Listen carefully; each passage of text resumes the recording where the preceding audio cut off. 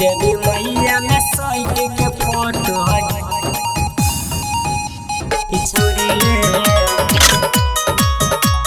छोरी देवी मैया में साइड के फोटो नीचे लगल।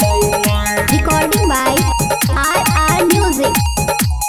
पूजा कर गेले लके हाथ में मोबाइल देखी के पुजारी केते भ गेले घायल। छोरी देवी मैया में साइड के पूजा कर गेले लके हाथ में मोबाइल देखी के पुजारी केते भ गेले घायल।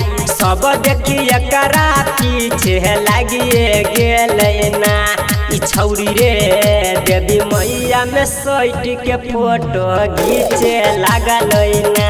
ई छौरी रे देवी मैया में साइड के फोटो घीचे लागल ना। ई छौरी रे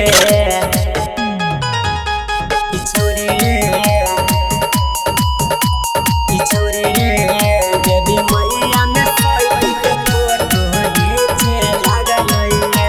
रिकॉर्डिंग बाय RR म्यूजिक। सोलह सिंगार ककया पतर की मैया दुआरिया देख के पागल भेल छौरा परते नजरिया।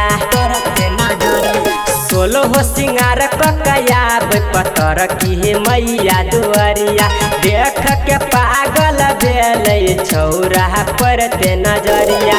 बड़े बरियारी उ तो सबसे गाड़ी देखा सबके उ देला कोई ना।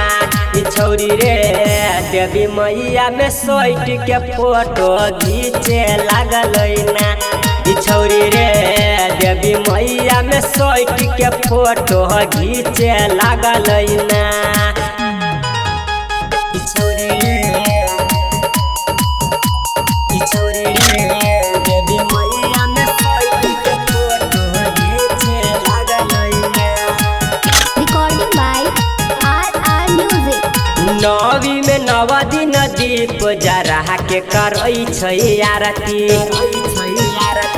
कृपा देखे एकरा पर यही बेर मैया भगवती।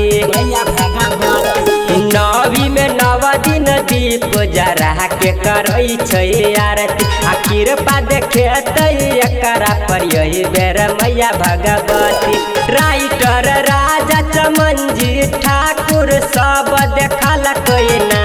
ई छौरी रे देवी मैया में साइड के फोटो घीचे लागल ना। ई छौरी रे देवी मैया में साइड के फोटो घीचे लागल ना।